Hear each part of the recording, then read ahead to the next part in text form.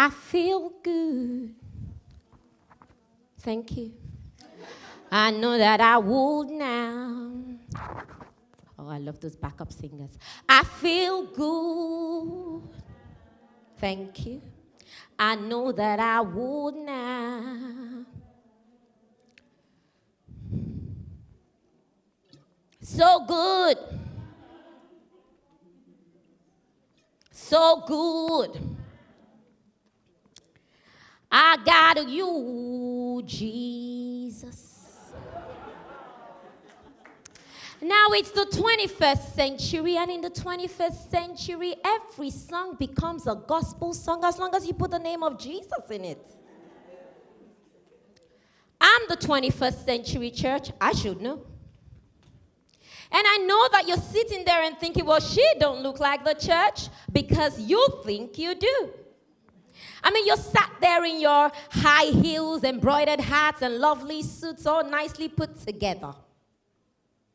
But from where I'm standing, I see backbiting bishops. I see homosexual high priests. I see prostituting praise leaders. Temperamental teenagers murdering mothers and fondling fathers. Pedophilic pastors. I should know I'm the church.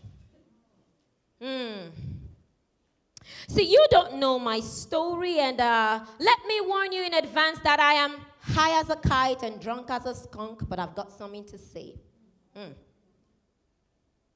I used to be beautiful. Daughter of the king. I was born in the church. When I walked into a room, the scent of my perfume fills the atmosphere. And that was when he noticed me. I mean, you could say he was familiar.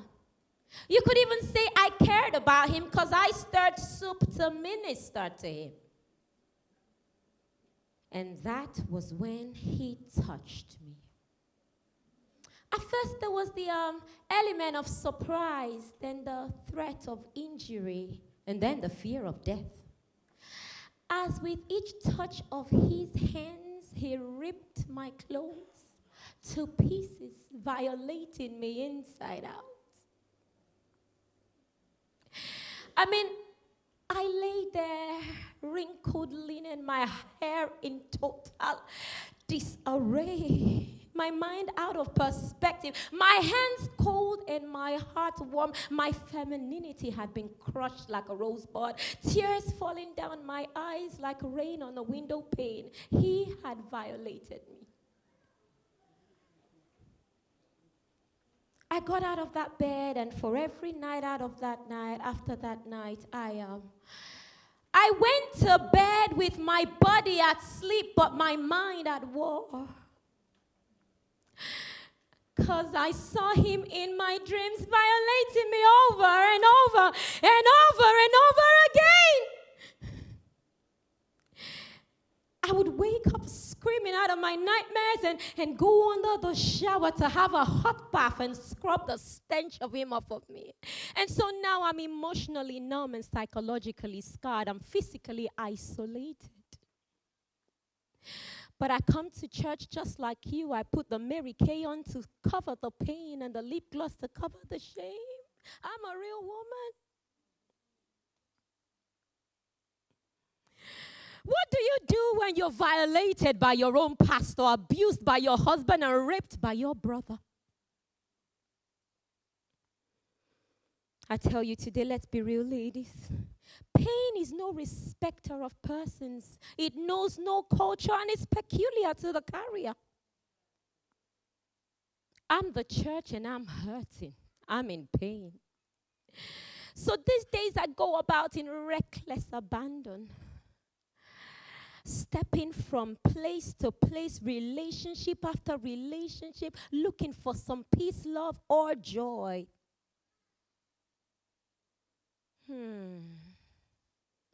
They say weeping endures for the night, but I haven't seen the morning yet, and joy has gone on holiday. I'm stuck in transit, right there in that dark tunnel. And if you're anything like me, when you're stuck in transit, you go into that airport, visiting duty-free shops you have no business going into, spending money you don't have to buy things you don't want for people you don't like.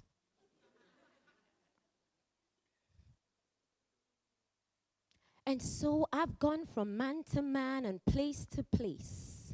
You know, every man gets into a marriage wanting the real deal, so they get married to the ideal. Now they're going through an ordeal trying to find a new deal.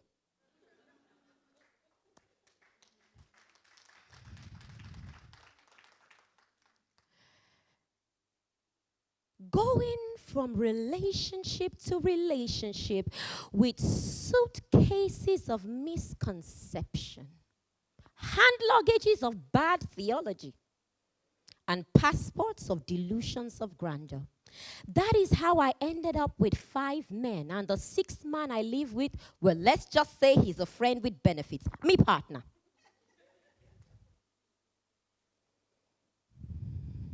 And so I wandered over to a conference like this one day to fetch. You've come to fetch just like me. And when I got to the well that day to fetch, I met yet another man. And you know my opinion about men. We had one thing in common. See, I knew how to catch my men. He was a fisher of men.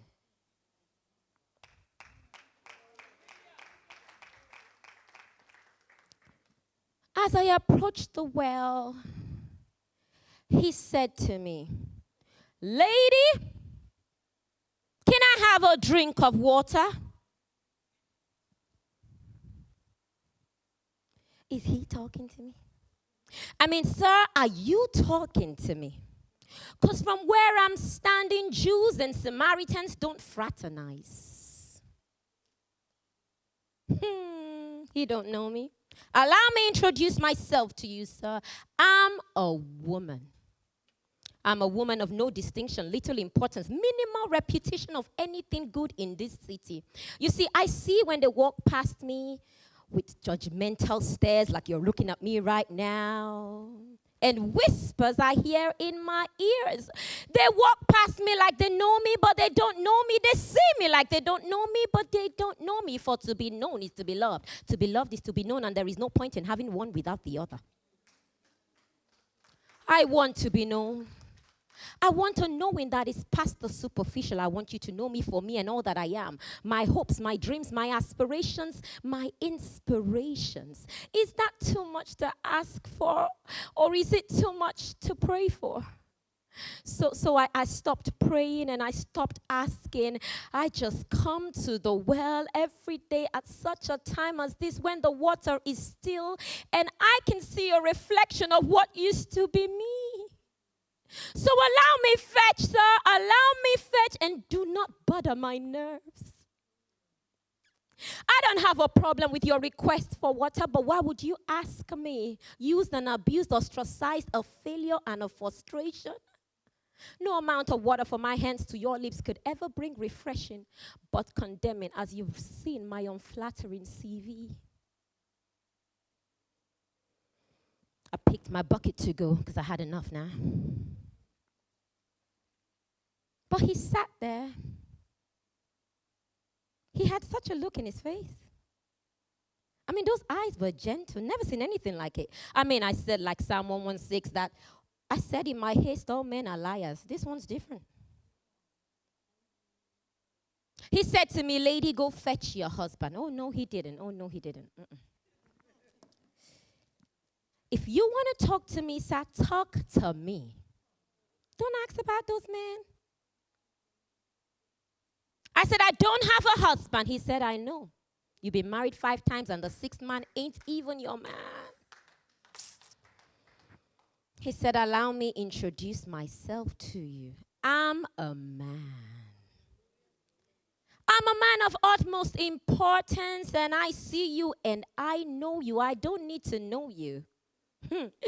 He He said, I know you because you're a contingent being and you derive your existence from me. I'm your assurance, your insurance, the hope of your future. I'm your portion, your light. He said, I'm the door. He said, I'm the way, the truth, and your light. I'm your joy. He said, I stand in your past. I am represented in your present, and I'm introducing you to your future. He said, drink of me and you will never, ever thirst again. What manner of man is this? I mean, the next few words he said shocked me. He said, girl, that which you've been drinking will kill you. Just because it's wet, don't make it water. And just because it satisfies a craving doesn't make it fulfilling.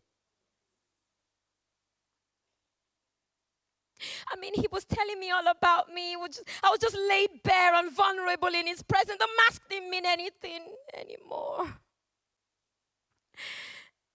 I mean, I knew the water he was talking about, the water of masturbation and the water of lies and urges, pornography, my legs, my mind visiting places my legs shouldn't be found. I knew the water he was talking about, but I kept fetching. I kept fetching.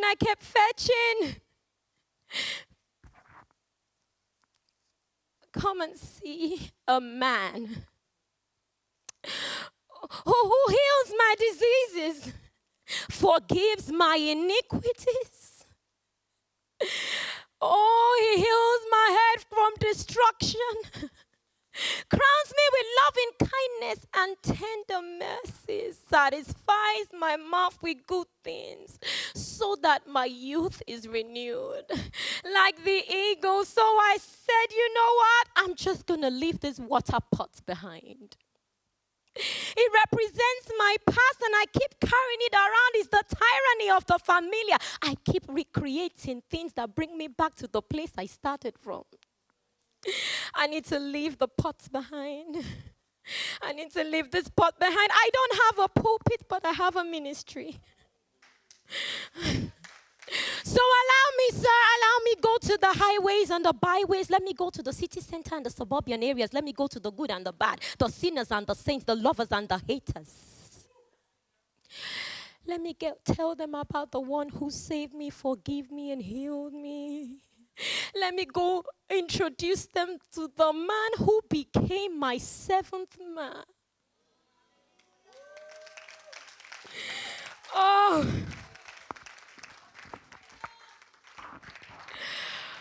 Colossians 2:8. See that no one holds you captive. For whosoever the Son sets free is free indeed. I've not come here today because I count myself to have attained. No. I'm the church. I'm hurting. But I am cast down but not destroyed. I'm persecuted but not abandoned. Perplexed but not in despair. Oh, for he that dwelleth in the secret place of the Most High shall abide under the shadow of the Almighty. And he shall say of the Lord, he is my strength, my refuge, my rock, in him will I trust. For he has saved me out of the snare of the fowler. Many are there that surround me and say that there is no hope for her in God. But thou, O Lord, art a shield for me, my glory and the lifter up of my head. Oh, I look not at those things that are past. I press on towards the mark for the prize of a higher calling.